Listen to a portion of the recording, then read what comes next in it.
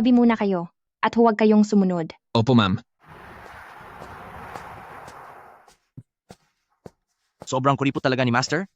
Ni Singkong Duling man ay di ako binigyan bago bumaba ng bundok. Buti na lang ako ang pinakamahusay na doktor sa mundo.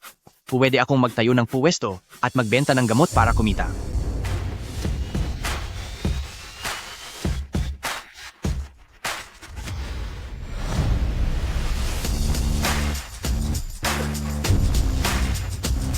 Lolo, maayos po ba kayo? Ayos lang ako. Binata, ikaw, ang lakas mo. Talaga, salamat sa'yo. Hinding-hindi ko malilimot na iniligtas mo ang buhay ko. Huwag na po kayong mag-alala. Maliit na bagay lang yon. Lolo, ang mahalaga, ligtas kayo.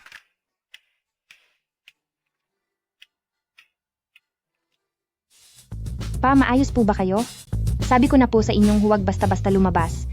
Ako na ang susundo sa inyo. Maayos ako. Ganito ba talaga kagaganda? Ang mga babae rito sa Kapatagan? Binata, ano ang pangalan mo? Saan ka patungo? Ako si Xiao Yunlan. Wala na akong magulang at wala rin akong matatag na tirahan. Mabuti, napakabuti. Ha? Sakto, ikay magiging manugang ko. Ano po?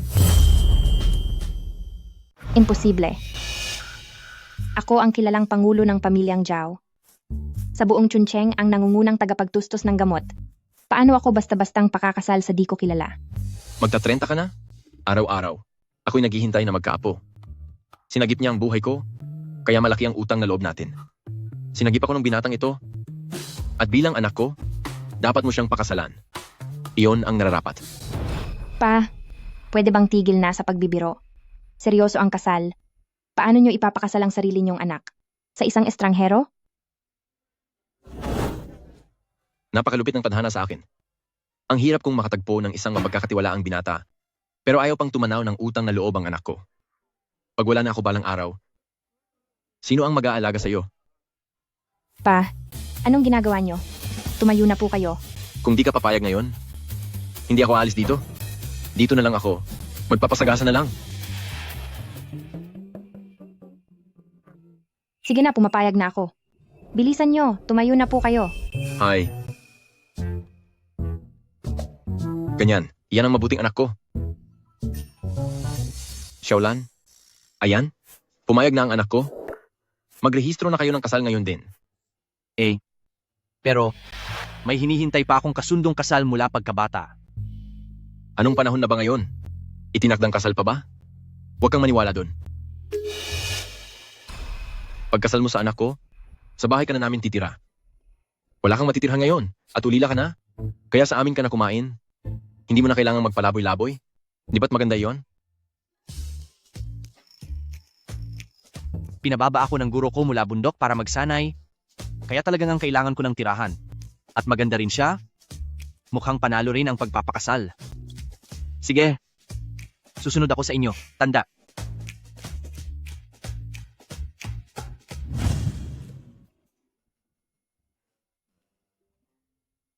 Xiao Yunlan, pinag-iingat kita. Ang kasalang ito, pinilit lang ako ni Papa. Kaya huwag kang mag-isip ng kung ano-ano. Papel lang ang kasal natin, magkahiwalay ang kwarto, at walang pakialaman. Mag-isip ng kung ano-ano? Gaya ng alin? Huwag kang magpa-inosente. Sinasabi ko sa'yo, walang pondo ang pamilya ko para sa'yo. Kaya huwag mong akalain na libre kang mabubuhay dito. Hay naku! Lugar lang naman ang kailangan ko na matutuluyan. Huwag kang mag-alala. Hindi ko gagalawin ang mga gamit mo. Ni makikialam sa buhay mo.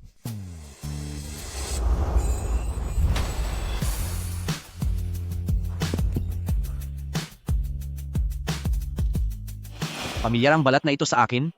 Tila nakita ko na ito dati.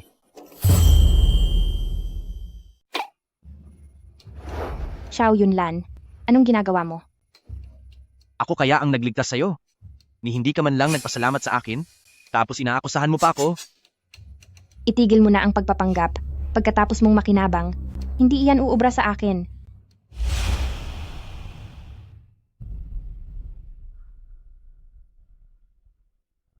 Hoy! Tulungan mo akong imbestigahan ng isang tao. Ang pangalan niya ay Xiao Yunlan. Kakababa lang niya mula sa bundok. at wala na siyang magulang. Kailangan ko ang lahat ng detalye tungkol sa kanya. Kung maaari, iyong pinakadetalyadong ulat. Sure. Ay, anong... Shh. Ang sinasabi mo, tawagin mo akong Papa. Sige po. Papa, mayroon po ba kayong may re-recommendang lugar para makapagtrabaho ako? Malakas akong lalaki. Hindi naman pwedeng palaasa lang ako rito, di ba? Kaya kong gawin kahit ano. Magwalis. O kahit anong utos. Kahit ano po, ayos lang. Hindi tiyak kung saan nanggaling ang taong ito. Baka naman niligtas niya lang si Papa dahil may masama siyang balak. Mas mabuti pang ilagay siya sa isang lugar na malapit sa aking paningin para mabantayan at kapag lumabas ang totoong kulay niya, makikipagdiborsyo agad ako. Tamang-tama. Ang klinika nating Ching Feng ay naghahanap ng tagawalis. Doon ka na magtrabaho. Siguro wala kang tutol doon? Trabahong pinili ng misis ko. Lubos po akong nagpapasalamat. Kung ganoon, halika na. Miss Zhao, Kailangang tahimik sa loob ng klinika. Naiintindihan ba?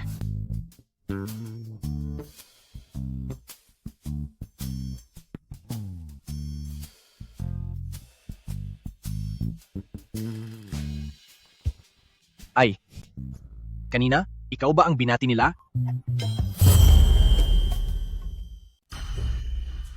Paano mangyayari yon? Hindi naman ako ang curator. Bakit kailangan pa akong batiin? Siya ang curator. Ganoon ba? Oo nga pala. Sa susunod na medical clinic, huwag mong ipapakita ang relasyon natin.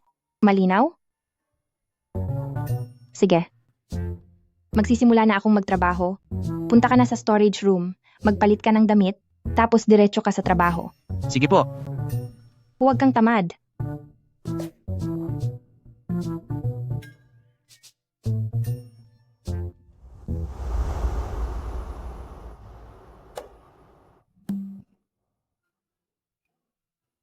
Kasalanan nito ni Master? Ayaw niyang isiwalat ang pagkatao ko. Kapag nalaman ng kapwa kong disipulo na ang pinakamahusay na disipulo ng sekta ay nandito sa maliit na medical clinic na ito bilang janitor, siguradong pagtatawanan nila ako ng todo.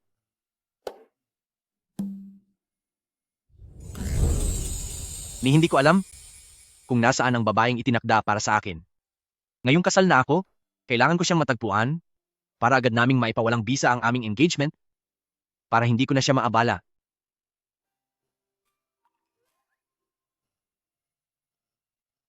Pinakamabisa ang langis ng binhi ng abaka. Dapat itong isalin sa boteng bubog. Porya? Itong bagay na ito, hindi ba mas mabuti kung ilalagay sa palayok na may butas? Itong mga tao, ano bang nangyayari sa kanila? Mukhang marami kang alam sa larangang ito. Sa mga hindi nakakakilala sa'yo, baka isipin pa nila na isang dalubhasang doktor ka. Mukhang ang dami mong alam, ha? Sa mga hindi pa nakakakilala sa'yo, iisiping na dalubhasa ka sa Chinese medicine. Ikaw pala. Nasabi ko lang yon. Kuro-kuro lang po. Sa kabundukan po ako lumaki at nakapangalap ng maraming halamang gamot. Nagpahaging lang ako. Hindi na kailangan seryosohin. Hula lang ba? Ang taong walang alam ay kailanmay di malalaman kung paano pag-ibahin ang mga halamang gamot batay sa bisa at katangian ng mga ito. Ako pa rin ang asawa mo sa mata ng batas? Kung ganyan mo ako, pagdududahan, hindi ba iyon masakit sa damdamin? Huwag na huwag mong banggitin ang salitang asawa. Hindi lugar ang klinika para sa iyong panliligaw. Maglinis ka na roon dali. Kapag naabutan pa kitang nagpapetics dito, tiyak kong ipapabawas ko sa tagapamahala ang sahod mo. Master, sanay kayo ang maging saksi? Hindi ko isiniwalat na disipulo ako ng Tianyan sect. President Zhao, Siya nga pala, Uncle Lee. Mula ngayon dito sa klinika. Isa lang akong karaniwang tauhan. Huwag na huwag mo akong tatawaging President Zhao. opo. Ikaw ang tagapamahala rito. Malinaw ba? Huwag po kayong mag-alala, President Zhao. Ang inyong bilin ay ipararating ko sa lahat ng mag-aaral at sa iba pang doktor Hinding-hindi po namin ilalantad ang inyong pagkakakilanlan.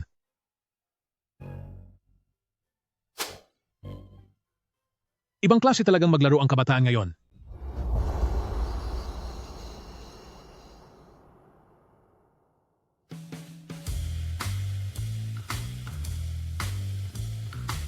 Para lang maitago ang pagkatao mo, naghanap ka pa ng ganitong kalumang lugar? Ni hindi man lang kasing laki ng banyo natin. Ay, Papa, patawad sa abala. Ginagawa ko rin ito para subukin siya, di ba? Isipin mo na lang, isa itong karanasan sa hirap. Pa, napakalaki po ng bahay na ito. Gustong-gusto ko to. Ha? Sa anong klaseng tagpi-tagping lugar? Aka ba nakatira noon? Hindi naman ganun kabulok. Ngunit, paminsan-minsan tumutulo ang bubong. At kung minsan, may bitak pa ang lupa. Yung bahay ng Tianyan sect, ilang beses ko na itong pinaayos at pinatagpi. Ganun ba kahirap? Tingnan mo ang ginawa mo. Itong batang si Yunlan, siguradong wala siyang masamang balak. Hindi naman po kami kapos. Basta may sapat akong pagkain at damit, masaya na ako. Anak, sa pagkakataong ito, sobra ka na. Papa, mapanlin lang po ang anyo ng tao. Isipin ninyo, yung mga lalaking lumapit sa akin noon, hindi ba't ang gusto lang nila ay ang pera ng pamilyang Zhao? Sa madaling sabi, kailangan ko pa rin siyang suriing mabuti ulit.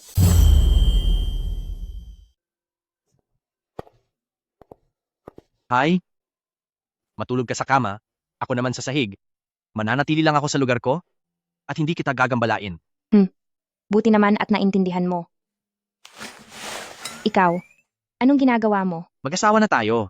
Sa palagay mo, anong gagawin ko? Huwag mo akong hawak-hawakan. Kapag inulit mo pa yan, ako.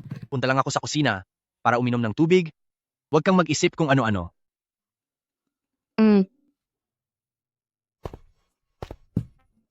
Ay.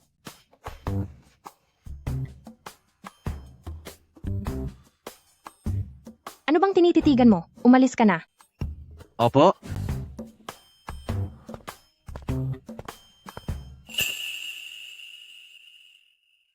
Nawawala na talaga ako sa sarili. Muntik na akong madala sa lalaking yon.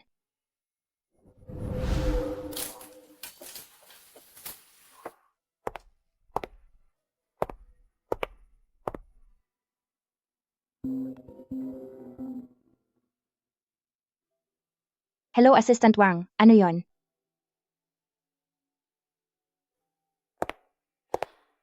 Tungkol sa proyekto, i-report mo na lang sa phone ko. Ang mga pinakabagong detalye ng proyekto, ipadala mo via email diretso sa phone ko. Sige. Ano? Anong gagawin mo? Ano bang ginagawa mo? Hindi mo ba nakikitang may kausap ako sa telepono? Huwag kang mang-abala. may narinig ako kanina. Tungkol ba iyon sa datos ng kumpanya? Iyon ay datos ng klinika. Trabahong iniatas iyon sa akin ng curator. Isang taga-bundok na tulad mo, hindi naman iyon mauunawaan. Ganun ba? Oo nga pala. Heto, talagang ginawa ko ito para panggamot sa mga pasa at sugat. Sobrang epektibo nito. Gusto mo bang subukan? Huwag na. Hindi naman ako nasugatan. Para saan pa yan?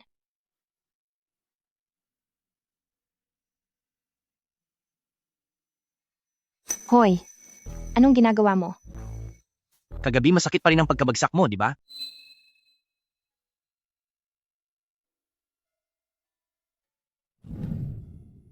Tingnan mo, ayos na.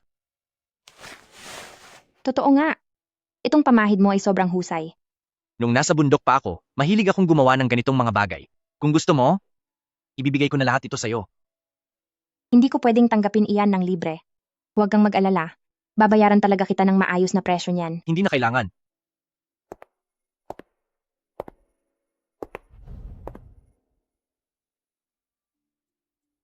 Assistant Wang, yung pinapagawa ko sa'yo, nasilip mo na ba ng maayos? Bakit tungkol kay Xiao Yunlan, wala man lang tayong makuhang impormasyon? Sige, naiintindihan ko. Ituloy mo lang ang paghahanap. Kapag may makita kang kahit anong bakas, ipaalam mo agad sa akin.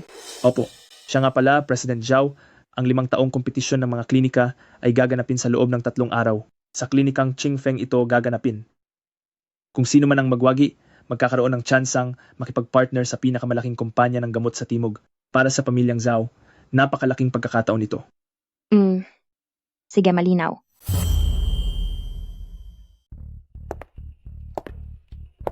Ito, anong ginagawa mo rito? Bakit ang daming tao?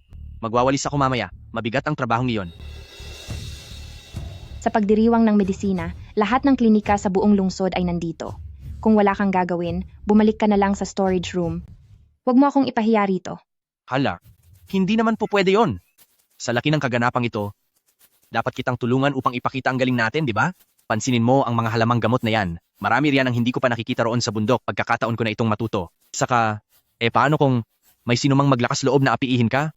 Ako, bilang asawa mo, ay makakasuporta sa'yo, di ba? Suporta?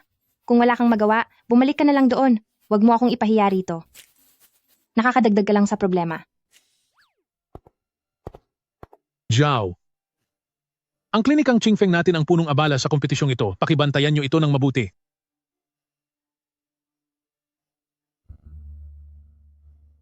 Sige. Hi! Sa kompetisyong ito, mayroon pang peking gamot. Talaga naman. Anong tinitingnan mo diyan? Kumuha ka ng walis at linisin mo kaagad ang lugar na pagdarausan. Opo, sige po.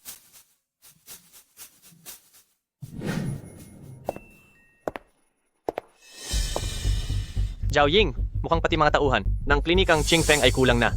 Isang bagitong bata lang ang dinala nyo para punan. Sabi ko na sa'yo, basta't pumayag kang makipagbalikan sa akin, matutulungan ko ang klinikang Qingfeng para maging pinakamalaking klinika sa buong Chuncheng. Hoy, kuya, sobrang taas ang pangarap mo. Baka mabulunan ka sa pinagsasabi mo. At isa pa, hinirang ako ni Xiao Ying na tagapangasiwa ng mga halamang gamot para bantayan ang mga to at tingnan kung may problema. Halimbawa, yang peking ginseng sa likod mo, kung gagamitin mo yan sa labanan, tiyak na sisira yan sa pangalan ng Tongbao Medical Clinic. Kalokohan yan. Isa akong bihasang manggagamot at itong mga ginseng ako mismo ang pumili. Paanong magkakamali pa to? Katulad ng honeysuckle na yan. Maitim na ang mga pollen nito. Kitang-kitang nasobrahan sa init sa pagpapatuyo, kaya naman, naubos ang mga sustansya nito. Di hamak na mas pangit kumpara sa mga nasa likod ng klinikang Qingfeng na simpleng ibinibilad lang namin. Humanda ka bata. Magkakaalaman tayo mamaya sa labanan. Sige po.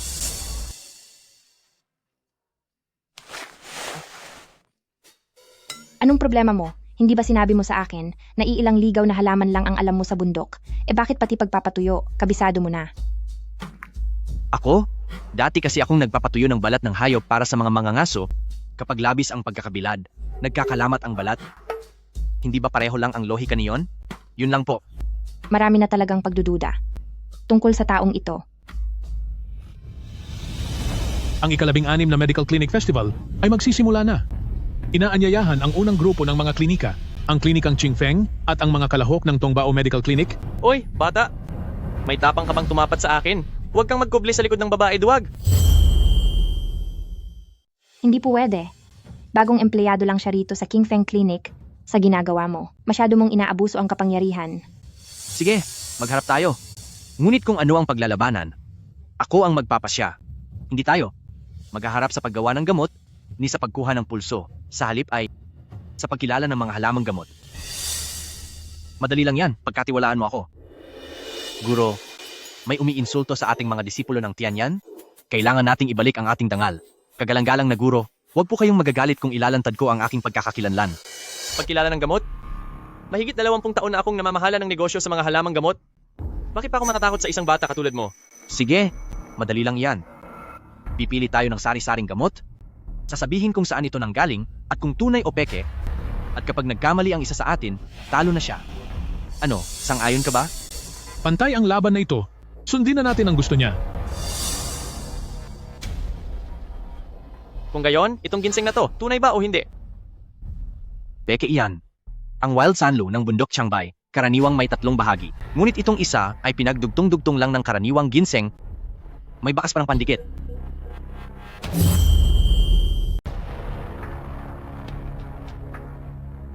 Talaga bang peke ito? Paano naman itong isa? Peke rin yan. Itong isa ay ginamitan ng mumurahing beimu para magmukhang tunay. Ang totoong Chuan beimu dapat kasing kislap ng buwan, pero patag ang mga talulot nito. At isa pa, Sobrang pait pa ng lasa nito. Tagalinis lang naman ng batang ito, hindi ba? Paano niya nalalaman ng mga ganitong bagay? Sadyang pinadala ba ito ng klinikang Chingfeng para subukin ako? Hindi pwede. Hindi ako papayag na ang bagitong ito ang hamakin ako. Ginoong manggagamot? Pakisabi? Saan ba galing ang Huangqi na ito? May problema ba ito? Mula ito sa Hilaga. Wala namang isyu yan. Mali. Ito ay Northwest Huangqi at ang pinakamatinding suliranin ay puno ito ng mga uod at mayamag pa. Binabad lang ito sa abo para maitago ang pinsala. Kapag pinakuluan mo ito, sasakit ang tiyan ng sinumang iinom. Ang mga tao sa Tongbao Medical Clinic ni hindi makilala kung alin ang matinong gamot. Bakit pa sila sumasali sa paligsahan? Ikaw, sino ka ba talaga? Yung taga Tongbao Medical Clinic ni hindi nyo alam ang pagkakaiba ng maganda at masamang gamot. Bakit pa kayo sumali sa paligsahan? Ikaw, sino ka ba talaga? Ako, isa lang akong utusan sa klinikang Chingfeng. Karaniwang trabahador lang ako. Pero, ilang taon na ang nakararaan, may isang nakatatandang dalubhasa sa gamot na nagturo sa akin ng ilang taon tungkol sa mga halamang gamot. Ang bilis ng kabog. Ng puso ko. Sa unang yugto ng pagkilala sa gamot, klinikang Chingfeng at si Xiao Yunlan ang nagwagi.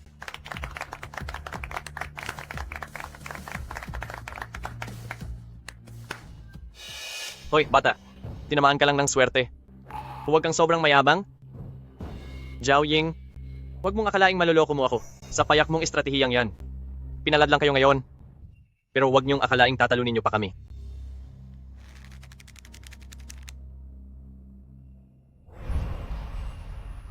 Anong nangyayari sa'yo? Si Fang Tianyu, ang punong manggagamot ng Tongbao Medical Clinic? Bakit mo siya natalo ng ganon kabilis? Sinabi ko na sa'yo, may isang matandang eksperto lang na nagturo sa akin noon. Kaya kung natalo si Fang Tianyu, ang ibig sabihin lang niyon ay kulang pa talaga ang alam niya sa kaniyang propesyon.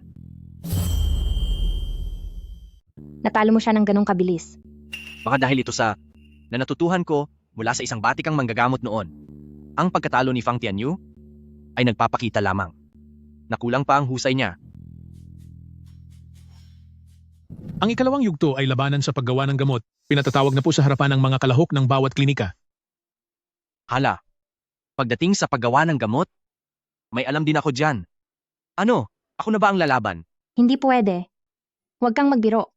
Ang paligsahan sa paggawa ng gamot, sinusukat ang galing sa pagpoproseso at paghahalo ng mga sangkap. Ano ka ba? Sa mga nakaraang taon, sa paggagamot ko sa mga mangangaso, natutuhan ko ring magproseso ng sarili kong mga halamang gamot. At heto pa, nanalo pa ako kanina sa pagkilala ng mga gamot. Sa paggawa ng gamot, siguradong wala ring problema. Sige na nga. Ikaw na ang sumabak. Pero tandaan mo, kapag natalo ka, maglilinis ka sa bodega ng 1 buwan. Asahan mong tutuparin ko ang tungkulin ko. Xiao Yunlan. Tingnan natin kung hanggang saan mo pa ako mabibigla. Ang paggawa ng gamot ay hindi nadadaan sa salita lang. Kailangan ito ng totoong husay. Ang batang ito, sobrang mayabang talaga. Dahil diyan, tatanggapin ko ang hamon mo. Hindi ako makapaniwala. Akala mo ba tsamba lang ang panalo mo? Ikalawang bahagi ng pagsusulit, paggawa ng gamot. Paksa, Huangqi na pinirito sa pulot. Dapat pantay ang kulay, mabango at malapot ang pulot, at hindi mababawasan ang bisa ng gamot. May takdang oras na 1 oras.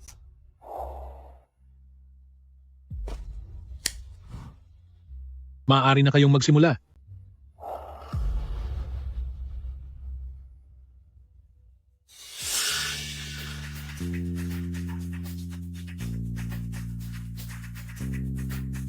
Xiao Yunlan. Huwag mo akong bibiguin.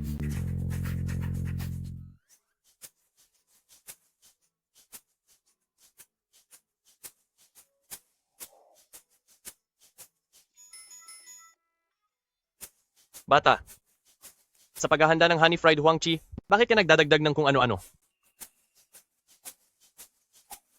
Dr. Fang, bumubula na ang pulot mo? Bantayan mong mabuti ang apoy.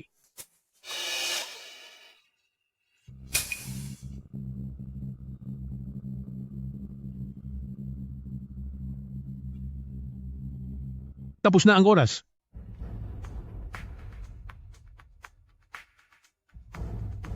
Maganda ang pagkakaluto nitong honey fried huang chi.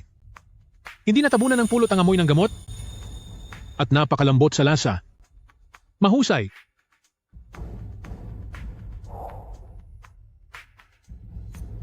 Nasunog ang pulot dito? Nawala na ang bisa ng gamot? At maaari pang makasama sa tiyan. Ikaw, nilabag mo ang patakaran kanina? May inilagay kang ibang sangkap dyan? Hindi ito dapat tanggapin. Ang pulbos na licorice na ito ay itinuturing na ligtas at likas na sangkap at ayon sa mga patakaran ng paligsahan, wala namang nakasaad na bawal magdagdag ng iba pang bagay. Tama ka, hindi ito paglabag sa patakaran. Para sa ikalawang yugto ng paligsahan, klinika ng Qingfeng, ang nagwagi ay si Xiao Yunlan.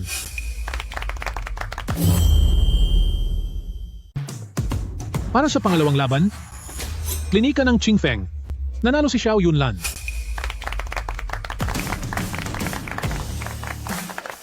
Itong lalaking to, Walang hiya kang lalaki.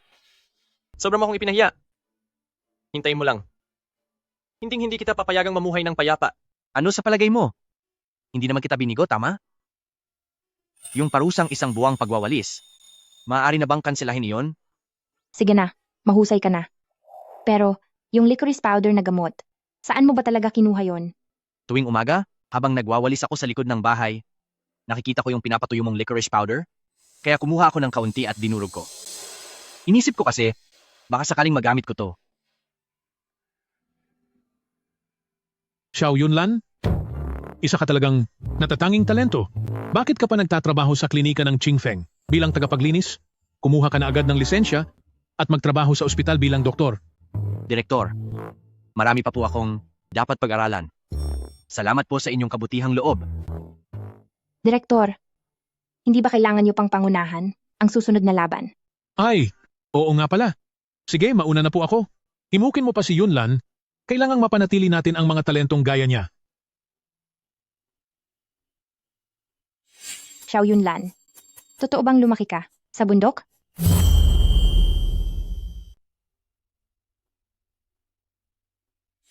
Xiao Yunlan, totoo bang sa bundok ka lumaki?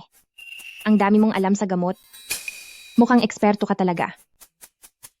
At isa pa, sa 3 labang mayroon, 2 agad ang napanalunan mo. Ngayon, ang klinikang Qingfeng natin, pasok na tayo sa finals. Teka. Tsamba lang yon. Hindi mo na ako kailangang bigyan ng pabuya. Sino bang nagsabing bibigyan kita? Hoy! Hintayin mo ko.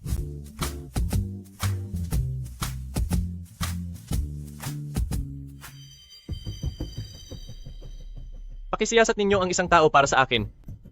Gusto ko ang buong impormasyon tungkol sa kanya. At saka, maghanda kayo ng ilang tao. Xiao Yunlan? Hindi magtatagal ang ligaya mo. Pa, kumusta po kayo? Masakit na naman ba ang likod ninyo?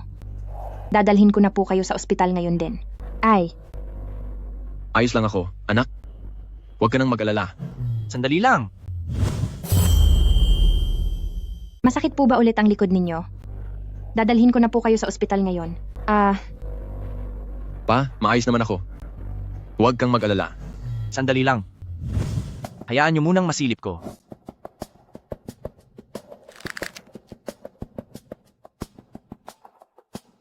Kumusta po?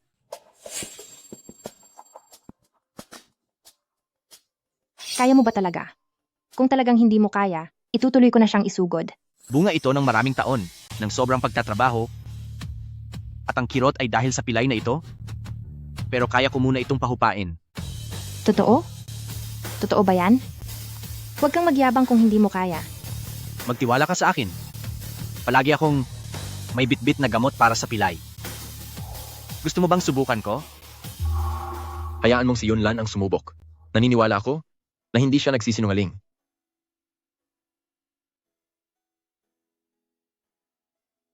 Kung ganoon, mag-ingat ka. Kung may mangyaring masama kay Papa, itigil mo agad at itatakbo ko siya kaagad sa ospital. Sige.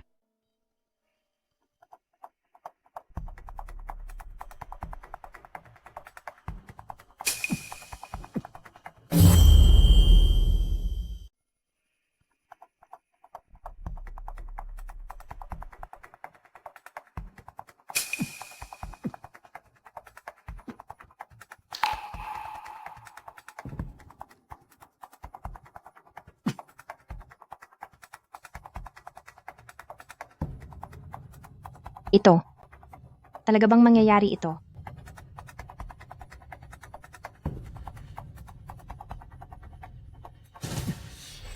Huwag kang mag-alala. Sa loob ng ilang minuto lang, gagaling na si Papa, makakatiyak ka na sa loob ng 6 na buwan ay hindi na ito babalik. Pagkatapos, patuloy mong ipahid ang gamot na ibibigay ko, wala pang kalahating buwan, tuluyan na itong mawawala. Bakit sobra kang pinapawisan? Kung hindi ito epektibo, uunahin ko siyang dalhin sa... Huwag mong guluhin si Yunlan. Ang batang ito, ang galing niyang magtago ng talento. Kahit ako, ay napaniwala niya rin.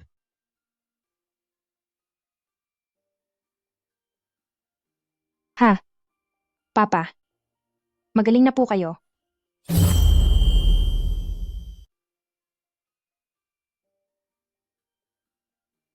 Ay, pa. Gumaling na po ba kayo? Mas maayos na ang pakiramdam ko. Ang paraang ito ni Yunlan sa akupunktura, ang matagal nang nawawalang, teknikang karayom ng naglalakbay na dragon. Noong kabataan ko, nasulyapan ko na ito sa isang lumang aklat. Hoy, saan mo ba natutunan ang pambihirang kasanayang ito? Hay nako. Ito po ay natutunan ko lang sa bundok mula sa matandang Wang. Sabi niya, ang paraang ito, pagdating sa mga galos at bali, ay sadyang epektibo. Dahil wala rin naman akong ginagawa, sinubukan kong pag-aralan. Hindi ko akalaing sobrang kapaki-pakinabang pala ito. Higit pa ito sa basta pagiging kapaki-pakinabang. Dahil sa isang turok mo lang, yung bigat na nararamdaman ko sa baywang, tila nawala ang ilang dosenang kilo ng bigat. Mas mahusay pa ito kaysa sa painkiller na ibinigay ng ospital. Umamin ka nga sa akin, sino ba talaga ang guro mo? Pa, totoo po, hindi ko kayo niloloko. Siya nga pala, ibibigay ko sa inyo ang gamot mamaya, huwag niyo pong kalimutang gamitin iyon araw-araw. Bago pa lumipas ang 15 araw, ang gamot na iyon ay tiyak na magpapagaling sa inyo. Mamaya, ibibigay ko sa inyo ang gamot na yan, siguraduhin ninyong ilagay ito araw-araw, at bago pa lumipas ang kalahating buwan, ang gamot na iyon ay tiyak na magpapagaling sa inyo. Ikaw, Sandali lang. Tay, magpahinga muna kayo ng maayos. Napagod din si Yunlan ngayon, pauwiin na muna natin siya para makapag-ayos at makapagpahinga. sige, sige. Marunong ka na palang ipagtanggol siya. Yunlan, magpahinga ka muna ng maigi para sa araw na to. Salamat sa iyo. Ano ba naman kayo, Tay? Pamilya na tayo, hindi na kailangan pang magpasalamat. Sige po, mauna na po akong magpahinga.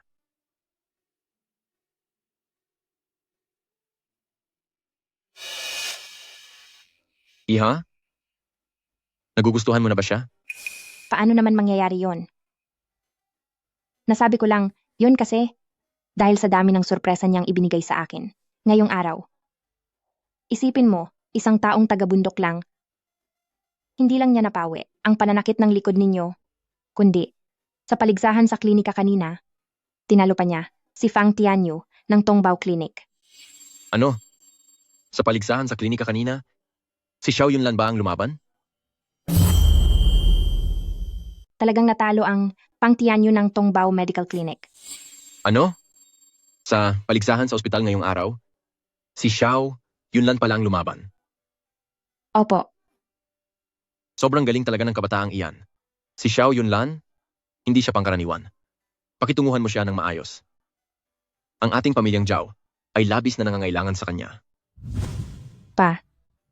Kailan ko ba siya inapi? Huwag na po kayong labis mag-alala.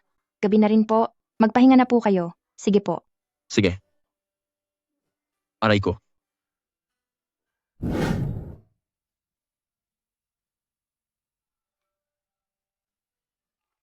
Hello? Asistente Wang? I-upload mo ang video ng paligsahan ngayong araw sa klinika. Pagkatapos, iproseso mo kaagad ang lisensya sa pagdodoktor ni Xiao Yunlan. At saka, bukod pa riyan, italaga mo siyang punong parmasisyotiko ng kumpanya. Opo, ma'am.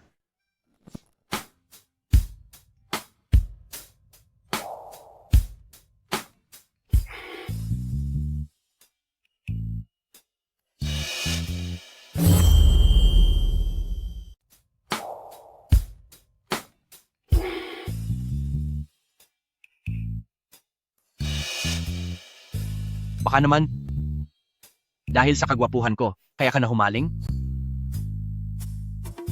Xiao Yunlan, ilan pa bang lihim ang tinatago mo? Totoo bang simpleng tao ka lang na mula sa kabundukan at karaniwang nilalang? Ay nako, wala naman akong gaanong sikreto. Saka, bukod pa riyan, hindi ba pwedeng ako'y kusang natutong maggamot? Sige na, dahil ayaw mo namang magkwento. Hindi na kita pipilitin. Pero, sa lahat ng nagawa mo para sa pamilyang Zhao, lahat ng iyon, itatanim ko sa puso ko. Huwag kang mag-alala. Tiyak kong susuklian ko ang iyong kabutihan.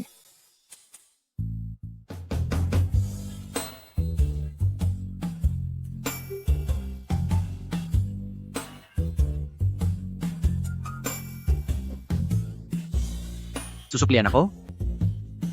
Ibig sabihin ba nito?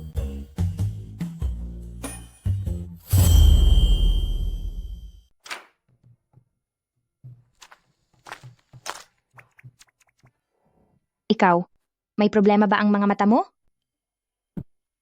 Handa na ako. Sige, umpisahan mo na. Anong ginagawa mo? Umayos ka nga. Hindi ba sinabi mo? Gusto mong suklian ang utang na loob mo sa akin? Anong iniisip mo? Magbihis ka na agad. Sige, Ayan, narito ang bayad ko sa'yo. Kung may iba ka pang hiling, huwag kang mag-atubiling magsabi. hindi ko kailangan ng pera. Ang nais ko sana ay matulungan mo akong mahanap ang may-ari nitong kahong-kahoy. Hindi ka pani-paniwala. Tila tadhana na pareho pa kayo ng apelyido, Miss Zhao. Itong kahon, hindi ko pa ito kailanman nakita. Wala itong kaugnayan sa akin. Ngunit huwag kang mag-alala. Dahil nangako ako sa'yo, gagawin ko ang lahat para matulungan kang mahanap ang may-ari nito. Sige.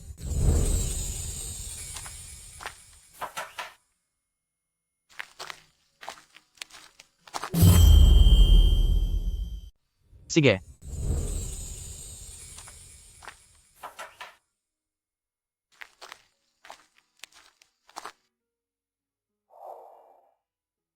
Ngayon, matulog ka na ng mahimbing. Bakit pag pumipikit ako, agad kong nakikita ang mukha ni Xiao Yunlan na tila nanunukso. Nagkatotoo na kaya ang sabi ni Papa na gusto ko na nga siya?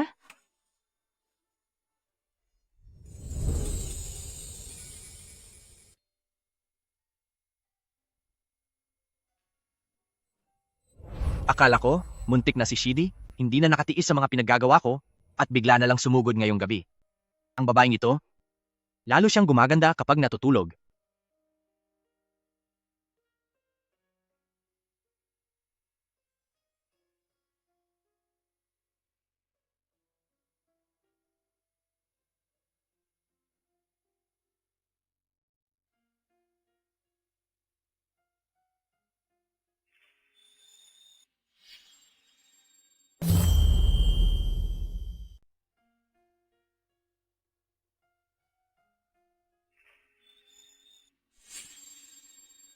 Hawak mo ang kamay ko, ikaw ang may gawa niyan.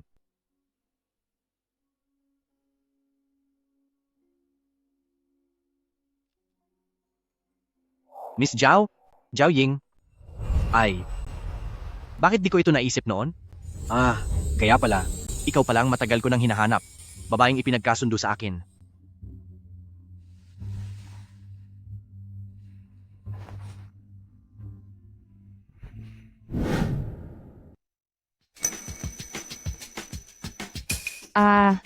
Ikaw. Bakit ka nasa kama ko? Wala akong kinalaman dyan. Kagabi kasi, ikaw mismo, pagsapit ng hating gabi ay nahulog sa kama, mabuti na lang at binuhat kita pabalik, pero hinawakan mo pa ang kamay ko at ayaw mong bitawan, talagang wala akong sala. Ako, wala akong ginawang masama. Imposible. Uy, di ka pa rin naniniwala? Tingnan mo, may ebidensya pa ako mula kagabi.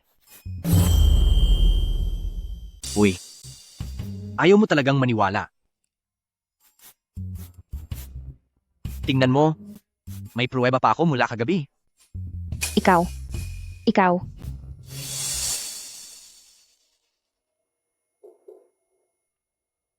President Zhao, may problema ang kumpanya. May nagulat na isang batch ng gamot ay mababa ang kalidad, kaya ngayon, mga opisyal ng gobyerno ay nagsasagawa ng inspeksyon sa bodega, kailangan ninyong pumunta roon kaagad. President Zhao, kanina lang, hindi ko alam kung sino ang nagpakalat ng balita, pero ang presyo ng stock ng kumpanya ay biglang bumabagsak. Tila, hindi natin alam kung sino ang ating nasagasaan, pero halata namang gusto nila na pabagsakin tayo. Pakisuyo, pakalmahin mo muna ang mga tao sa gobyerno. Papunta na ako riyan ngayon. Teka, anong nangyari? Samahan kita. Wag na. Tamang-tama ito sa oras ng trabaho mo. Bumalik ka muna sa klinika. Sige po.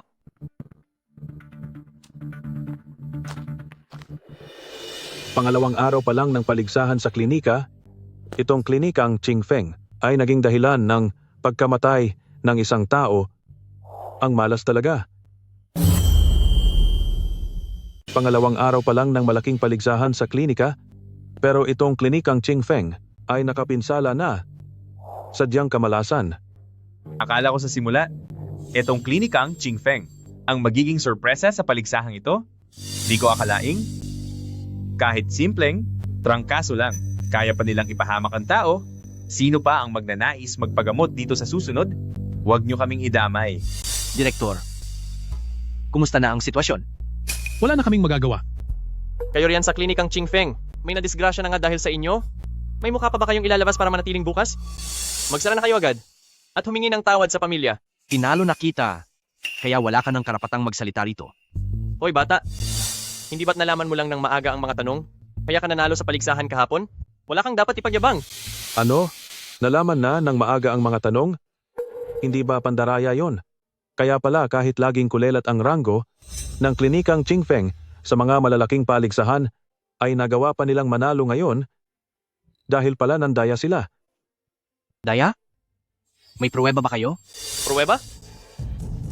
Ako mismo ang nakakita. Kahapon pa. Ikaw at siya ay nasa isang sulok ng klinika. Tiyak na ibinibigay ninyo ang sagot. Nakita ko mismo, kahapon, kayong dalawa, sa isang sulok ng klinika. Tiyak na ibinibigay nyo na ang mga sagot. Paninira lang iyan? Huwag ka namang palusot. Ang klinika ninyo, matagal nang walang saysay. Hindi na karapat-dapat sa titulong tagapagligtas ng buhay. Heto, ang ebidensya. Nagkukunwari ka pa rin? Isang karaniwang utusan ka lang. Sa tingin mo, eksperto ka ba? Kaya mo bang iligtas ang taong wala na? Kaya ko. Nagmamayabang ka na naman. Ang taong ito, nasuri na namin, wala na siyang pag-asa. Anong kakayahan mo para mailigtas siya? Bakit? Sa salita mo lang ba kami aasa? Mas mabuti na, alisin nyo na ang karatulang iyan sa inyong klinika. At humingi na lang kayo ng tawad sa pamilya. Yunlan? Huwag ka nang manggulo rito. Hindi ba kasama mo si President Zhao? Tinawagan ko na siya. Direktor, huwag po kayong mag-alala. Magtiwala po kayo sa akin. Kapag sinabi kong maililigtas ko ang taong ito, maililigtas ko siya. Hindi mo ba kasama si President Zhao rito? Tinawagan ko na siya para ipaalam. Direktor, huwag muna kayong mabahala. Magtiwala po kayo sa akin. Sabi ko na, may lunas para sa taong ito, kaya siguradong gagaling siya. Tungkol naman kay Zhao Ying, may inaasikaso pa po siyang mahahalagang bagay. Huwag ka masyadong kampante. Kapag talagang nagkaproblema, kahit si President Zhao man ay, Direktor, huwag po kayong mabahala. Handa kong panagutan ang lahat ng gagawin ko. Sakto, lahat ng naririto ngayon ay maaaring maging saksi ko. Sa paggamot na ito, kung sakaling may masama mang mangyari sa kanya, ako ang mananagot dito ng personal at walang kinalaman dito ang klinikang Qingfeng. Klinikang Qingfeng, ang galing talaga ng plano ninyo.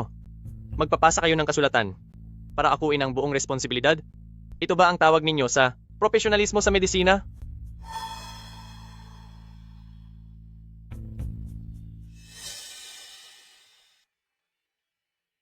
hindi ba ito?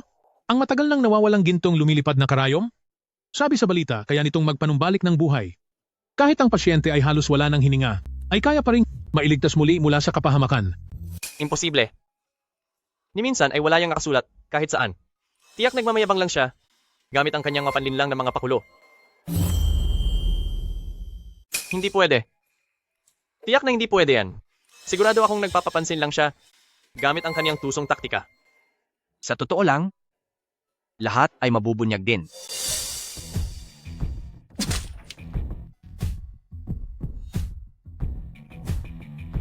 Sige, sige na. Matatag na ang pulso. Ligtas na ba talaga siya? May tinatago ka palang husay. Ayos ha? Ang mahalaga, ligtas na ang pasyente. Paano nangyari ito? Sino ka ba talaga?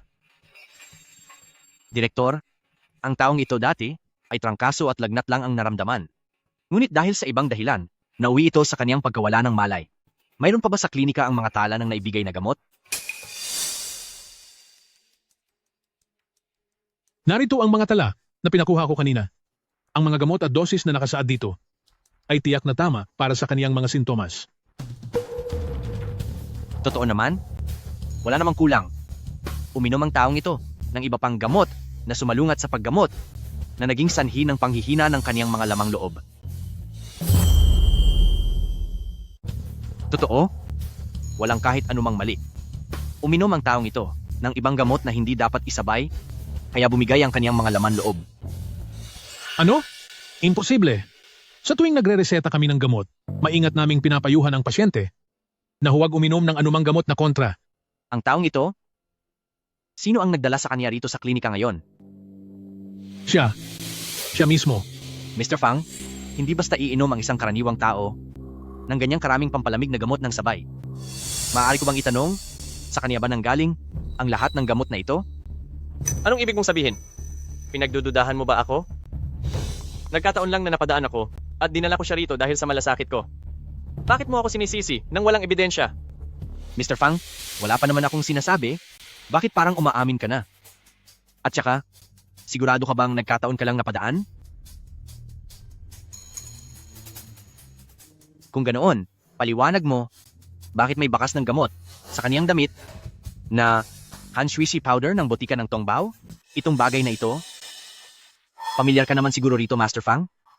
Ito ang Tongbao Medical Clinic, pulbos ng Hanshuishi na natatanging bakas ng gamot. Ang bagay na to, tiyak na pamilyar dito si Master Fang, hindi ba? Ito ay Tongbao Medical Clinic, ang kakaibang nalalabi ng Hanshuishi powder. Ang gamot ng Tongbao Medical Clinic ay likas na malamig na taliwas sa gamot para sa lagnat na inireseta ni Uncle Lee. Kahit isang karaniwang tao ay manghihina ang katawan, lalo na ang pasyenteng sinisipon ng grabe. Wala kang pruweba. Ang ganiyang klaseng gamot ay pwedeng kopyahin inuman. Fang Tianyu, magpapalusot ka pa rin? Sa palagay ko, hindi mo lang matanggap na natalo ka kahapon? Kaya ngayon gumagamit ka ng maruruming taktika para ilaglag ang klinikang Qingfeng. Sa pagdiriwang ng klinika, ang sinusukat ay husay at dangal sa panggagamot, hindi maruruming pakana.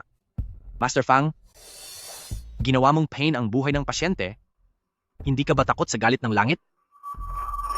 Huwag kang magpadalos-dalos. Dahil lang sa mga ito, pararatangan mo na ako? Hinala ko rin na kayo, mga taga-klinikang Qingfeng, ang may pakana nito. Hepe, mas mabuting ipasok muna natin ang pasyente sa loob.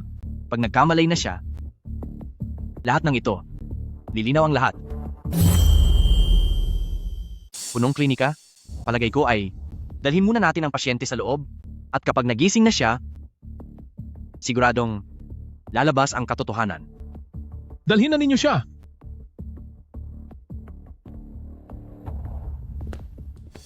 Fang Tianyu, hindi ka welcome sa klinikang Qingfeng. Pakiusap, umalis ka na ngayon din. Isa ka lang hamak na manggagamot. Wala kang karapatang palayasin ako. At saka, hindi pa tapos ang pagdiriwang ng klinika. Ang Tongbao Medical Clinic ay hindi pa ganap na talo. Uncle Lee, maayos lang ba kayo? Ayos lang po, ayos lang. Mabuti na lang at tumulong si Yunlan, kaya naging matatag ang kondisyon ng pasyente. President Zhao, President Zhao, ako dapat ang sisihin dito? Dahil sa labis kong pagmamadali, nalaman tuloy nila kung sino ka. Ako ay, Uncle Lee, sige na. Wala. Akong balak itago ito sa iyo. naiintindihan ko, makatuwiran naman ang iyong dahilan. Ang iyong mga problema ba? Ayos na ba lahat? Hindi ko sinadyang itago ito sa iyo. Naiintindihan ko? May dahilan ng lahat. Ang mga problema mo, naayos na ba lahat? Ikaw ba ang nagsuplong sa kumpanya ko? Anong sinasabi mo? Hindi kita maintindihan. Palihim mong isinuplong sa ahensya ng gamot ang kumpanya ko na naging dahilan kung bakit ang mga kasosyo ng kumpanya ko ay paisa-isang nagkansela ng kontrata at bumagsak ang aming stocks. Sa ganyang klaseng karumihan, maliban sa'yo, wala nang ibang gagawa niyan. Zhao Ying? Akala mo ba? Isa kang napakagandang babae. Kaya gagawin ko yon para sa'yo? Huwag kang sobrang bilib sa sarili mo. Ang Zhao Pharmaceutical mo ay biglang lumawak sa napakaikling panahon. Sa loob niyan, maraming nakatagong maruruming gawain na di ko na kailangang ilahad pa. Baka nga, may ibang galit sa'yo at sila ang nagsuplong sa inyo. Pinagdududahan mo ba ako? May pruweba ka ba? Pruweba? Fang Tianyu, sobra ang kumpiyansa mo sa sarili. Ano kaya, nais mo bang pakinggan ang voice recording ng lihim mong pakikipag-ugnayan sa mga kasosyo ng kumpanya namin? Sobrang taas yata ng tingin mo sa sarili mo. Eh ano ngayon? Gusto mo bang marinig ang voice recording ng palihim mong pakikipag-ugnayan sa mga partner ng kumpanya namin? Akala mo siguro sobrang linis ng ginawa mo, pero ang totoo, may naiwan ka pa ring ebidensya. Ang mga matatandang ito, nakuhang mag-record pa talaga. Nagkamali ba ako? Itong kompetisyon sa klinika, kailangan kong mapanalunan para lalo pang umunlad ang Tongbao Medical Clinic. Pero hindi iyon sapat na dahilan para gumawa ka ng mga pekeng ulat. Mula nang ikaw, Zhao Ying, ang humawak ng Zhao Enterprise, kinontrola niyo ang Chuncheng at halos lahat ng pamilihan ng halamang gamot. Kahit gaano pa, kapangit ang medisina ng klinikang Qingfeng, palagi niyo pa ring nasasapawan ang iba pa naming klinika.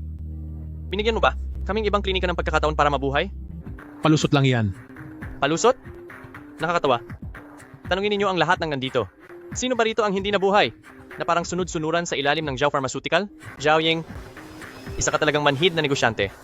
Hindi ka nararapat na mamuno sa isang klinika. Fang Tianyu, tama na ang pagpapakabait-baitan mo. Dahil bunga lang ito ng iyong kawalan ng kakayahan at ng matinding pagkainggit mo. Wala kang karapatang magsalita. Lumayas ka! Fang Tianyu, itigil mo na ang pagpapanggap. Dahil wala ka namang silbi at puno ka ng inggit. Wala kang karapatang magsalita. Layas. Asawa ko siya, at siya rin ay isa sa mga may-ari ng Qingfeng Clinic. Paano mong nasabing wala siyang karapatang magsalita? Sabi mo kanina na ang relasyon natin ay hindi natin sasabihin sa iba? Hindi naman ako ganong kahina na basta ko na lang hahayaan na maliitin ng kahit sino ang lalaki ko. Ano? Sinasabi mo, itong katulong na ito ay asawa mo? Zhao Ying, huwag mo kaming lahat lokohin para lang siya maprotektahan. Ako si Zhao Ying, at ni minsan hindi ako nanloko kanino man. Hindi lang siya ang asawa ko, siya rin ang itinalagang punong doktor ng Zhao Pharmaceutical natin. Noon, ang dahilan kung bakit siya nasa klinika at nagtatrabaho bilang katulong ay para lang masanay siya sa pamamalakad ng ating klinika.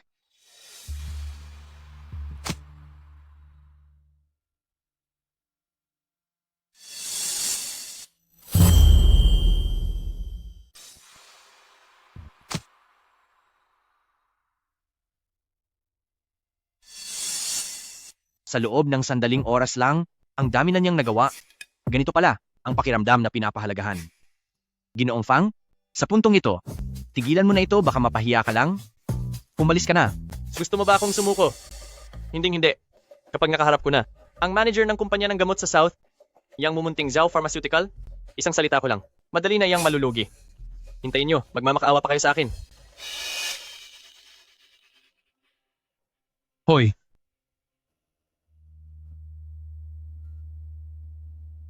Presidente Zhao, kakarating lang ng balita sa akin na ang manager ng kumpanya ng gamot sa South, 2 araw na raw ang nakalipas, nakarating na sa Chuncheng. Ano?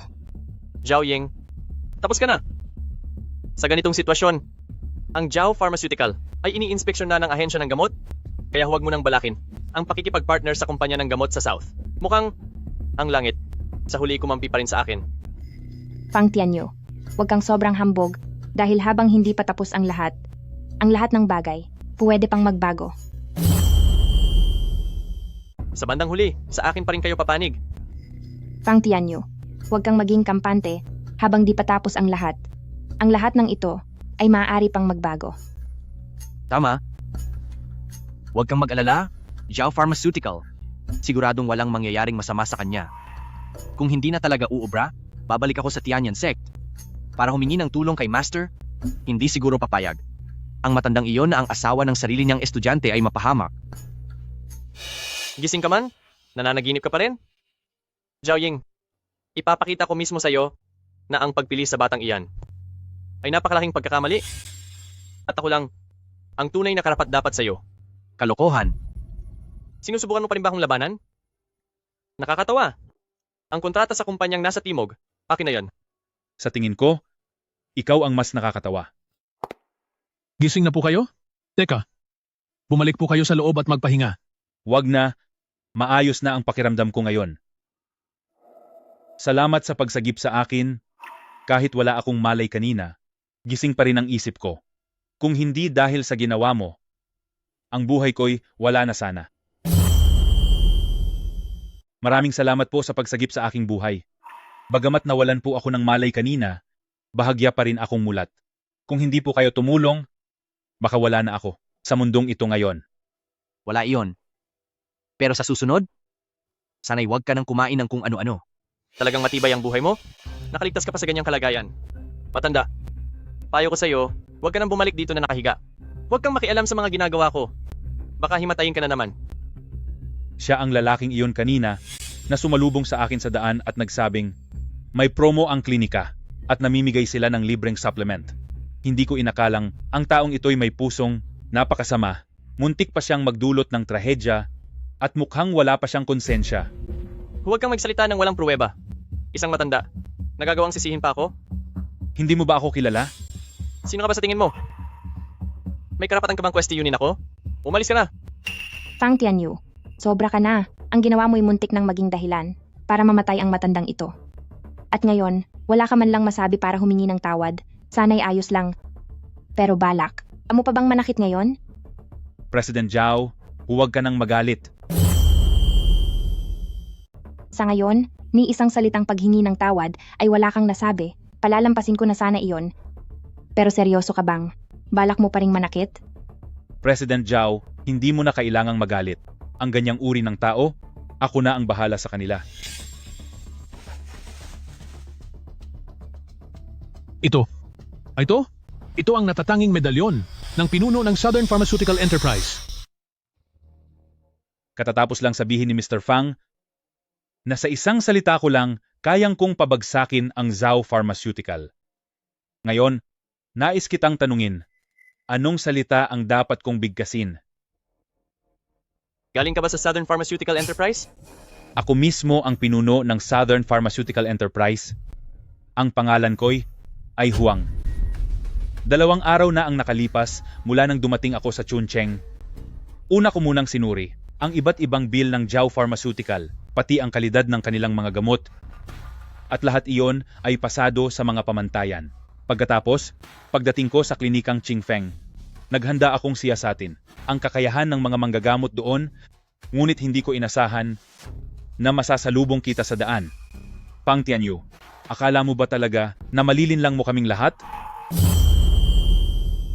Pero di ko akalaing na masasalubong kita sa gitna ng daan.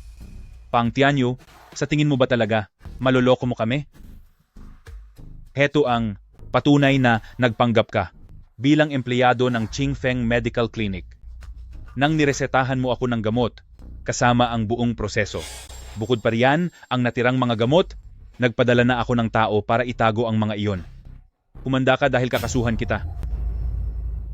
Ang paraan ng pag-iniksiyon ni Physician Xiao, bagamat hindi ko pa ito nasaksihan ng personal, ngunit ang pabagsak kong kalusugan sa loob lamang ng ilang minuto ay masasabing gawa ng isang tunay na eksperto. Hindi po. Hindi naman po masyado.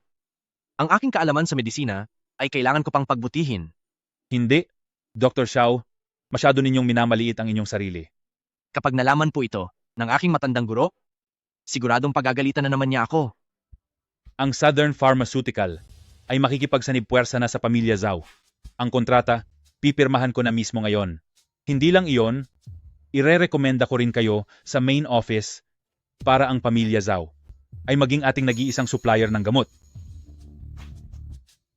Kung ganoon po, Mr. Huang, sa ating matagumpay na kooperasyon. Para sa ating kooperasyon, Gawin nating ang pamilya Zhao bilang ating nag-iisang tagapagtustos ng gamot. Kung ganoon, Mr. Huang, naway maging matagumpay ang ating kooperasyon. Mahusay na kooperasyon. Boss Huang, hindi niyo po ito pwedeng gawin. Kung hahayaan ninyong mamonopolyo ng pamilya Zhao ang lahat dito sa Chuncheng, parang pinilit niyo na rin kaming ibang klinika na mawalan ng kabuhayan. Kinu-question mo ba ako? Siyempre po, hindi. Boss Huang, inamin ko, may nagawa akong di maganda sa inyo dati. Pero ngayon po, hindi ba maayos na po kayo? Nais ko pumuling. Siyang hamunin sa paligsahan. Kung sino ang magwawagi, siya ang makikipagtulungan sa inyo. Fang Tianyu, dahil sa ginawa mo kanina, wala ka ng karapatang banggitin pa ang paligsahan. Lahat kayo. Pumapayag ba kayo?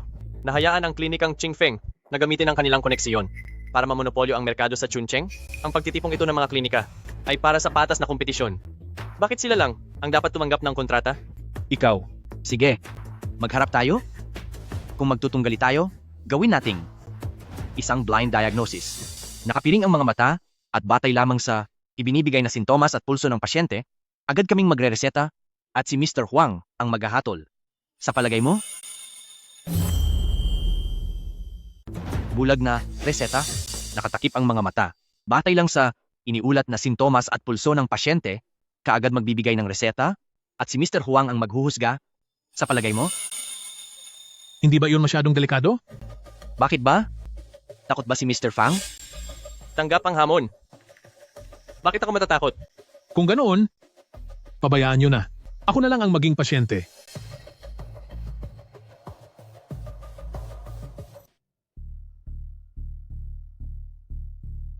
Ang taong ito, madalas siyang makararamdam ng matulin na tibok ng puso at laging pinagpapawisan tuwing gabi. Mga palatandaan ito ng kakulangan sa heart yen, kaya kailangan gumamit ng Tianwang Bushindan na bahagyang binago. Dalian mo na. Hinihintay ko lang na aminin mong talo ka na. Fang Tianyu, huwag kang magyabang ng sobra. Akala mo ba talaga ngayon na panalo ka na? Bakit hindi ba? Tayo kasing mga doktor, pinakamahalaga sa atin ang karanasan. Ang dami ng pasyenteng naalagaan ko ay mas marami pa kaysa sa kaning nakain niya. Konting tanong lang. Alam ko na kaagad ang lagay ng pasyente. Pinakamahalaga ang karanasan. Mas marami na ang pasyenteng napagaling ko kaysa sa kaning nakain niya. Kailangan lang ng agarang konsultasyon para matukoy ang kalagayan ng pasyente, di tulad ng isang bata pang walang muwang tulad niya. Sige, tingnan na lang natin kung ano ang mangyayari. Naniniwala ako sa'yo. Naniniwala rin ako sa sarili ko. Sa mga nakalipas na araw, palagi mo bang nararamdamang sumisikip ang dibdib mo? At minsan ba'y humihilab ito? Lalo na kapag madaling araw, mas lumalala ang sakit. Opo. Ikaw, bata ka. Talagang napakahusay mo. Ang kondisyon mo ay hindi kakulangan sa nutrisyon ng puso, kundi baradong ugat ng puso mo. Kapag gumamit ka ng Tianwang Bushindan, lalala lang lalo ang kondisyon mo. Kalokohan! Mabilis ang tibok ng puso niya at pinagpapawisan siya sa gabi. Paano magiging baradong ugat ang sanhi? Ni hindi mo man lang iminulat ang iyong mga mata? Siguradong hinula mo lang iyan. Pasensya na po, patingin ng dila mo.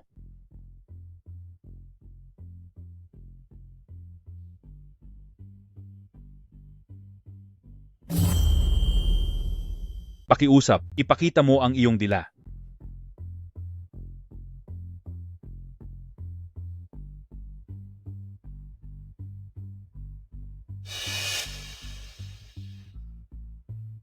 Totoo ngang may bakas ito ng namuong dugo. Ikaw, halos nagkamali ka sa diagnosis. Itong taong ito, napakagaling pala niyang manggamot. Bakit ngayon ko lang siya narinig? Sa araw na ito, talagang sinuwerte ang klinikang Qingfeng. Hoy! Hindi mo ba narinig yon? Asawa siya ni President Zhao. Dahil kasal sila, tiyak isa itong unyon ng dalawang makapangyarihan, paano natin malalaman yon? May gusto ka pa bang sabihin? Pang Tianyu, kung ayaw mo pang, lalong mapahiya, umalis ka na dito. Boss Wang, pakiusap, patawarin mo ako sa pagkakataong ito. Nagbulag-bulagan ako sa galing mo. Lahat ng ito ay kasalanan ko. Nagmamakaawa ako sa iyo. Huwag mo nang idamay ang Tongbao Medical Clinic. Huwag mo akong sampahan ng kaso. Fang Tianyu, ang panggagamot ay hinggil sa paggalang sa buhay at pagliligtas ng maisakit. Kahit ang pinakapangunahing tungkulin mo ay hindi mo magawa, Binuksan mo pa ang klinika mo para lang manakit ng kapwa? Ang sining ng medisina ay nakabatay sa paggalang sa buhay at sa pagsagip sa mga nangangailangan. Ni ang pinakapayak na prinsipyo ay hindi mo man masunod, itinayo mo pa ang klinikang ito para lang ipagpatuloy ang pananakit sa iba?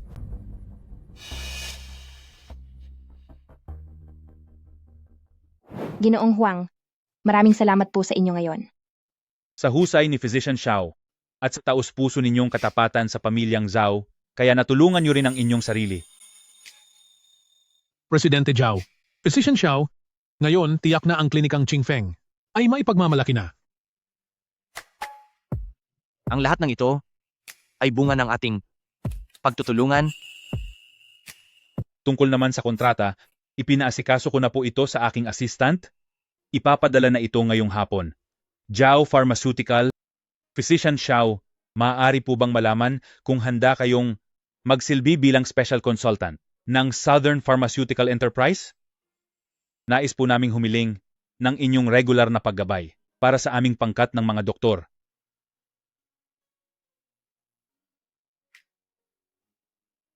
Susubukan ko po. Ngunit, maaaring manatili lamang ako sa Chuncheng.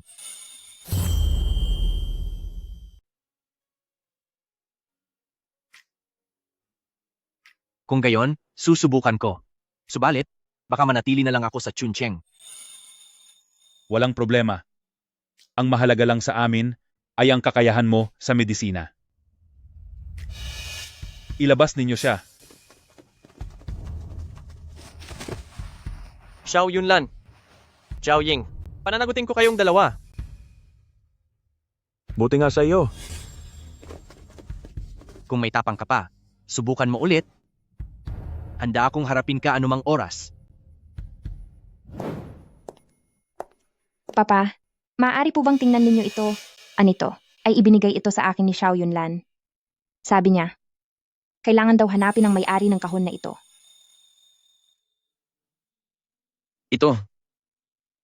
Ito ay.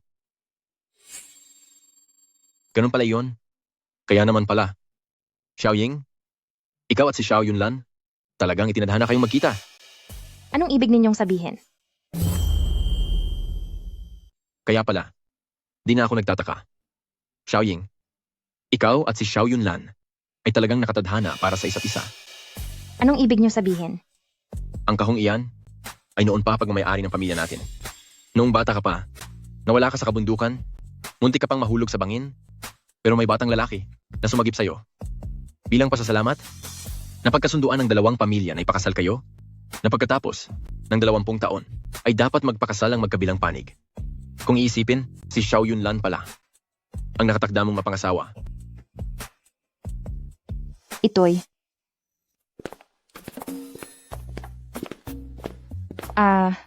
Oo nga pala. Tungkol doon sa pinapahanap nyo, na babae. May balita na ako. Totoo ba? Nasaan siya? Hindi pa sigurado. Pero, wala ka bang ibang gustong sabihin sa akin? Ano pa ba ang sasabihin ko? Siya nga pala. Balak ni Boss Wang na magtayo sa Chuncheng ng mas malaking pabrika ng gamot at gagawin niya akong tagapamahala roon. Anong sasabihin ko?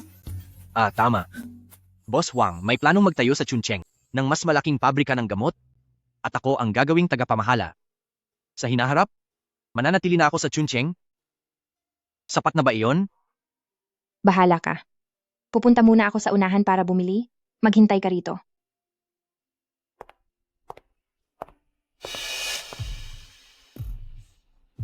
Huwag ka nang magtago.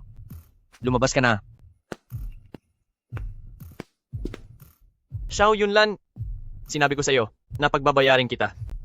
Sa araw na to, gagawin ko ang lahat para tuluyang lumpuhin ang mga kamay mo. Para hindi ka na makapanggamot kailanman.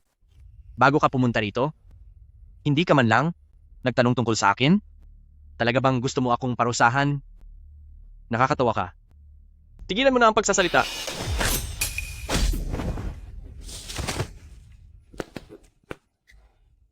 Sabi ko na sa'yo, hindi sa akin tatalab yung ganyang galaw. Ikaw.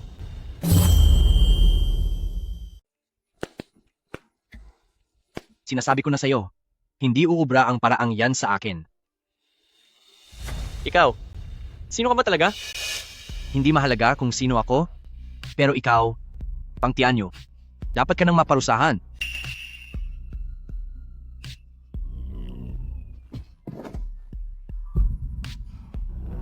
Kapag nalaman to ni Maestro, na ang isang kilalang disipulo ng Tianyan sect ay nanakit ng mga karaniwang tao rito, siguradong susermunan na naman niya ako. Disipulo ng Tianyan sect? Mahal ko, bakit ka nagbalik? Mukhang matagal mo na palang alam na ikaw ang nakatakda kong mapangasawa. Pangako, hindi ganon yon. Noong araw ding iyon, noong magkasama tayong natulog sa kama, nakita ko ang iyong balat mo, doon ko lang nakumpirma kung sino ka. Siguraduhin mo lang na di mo ako niloloko. Siyempre naman, tinuruan ako ni Maestro na dapat laging sumunod sa asawa at mananatili sa iyong tabi.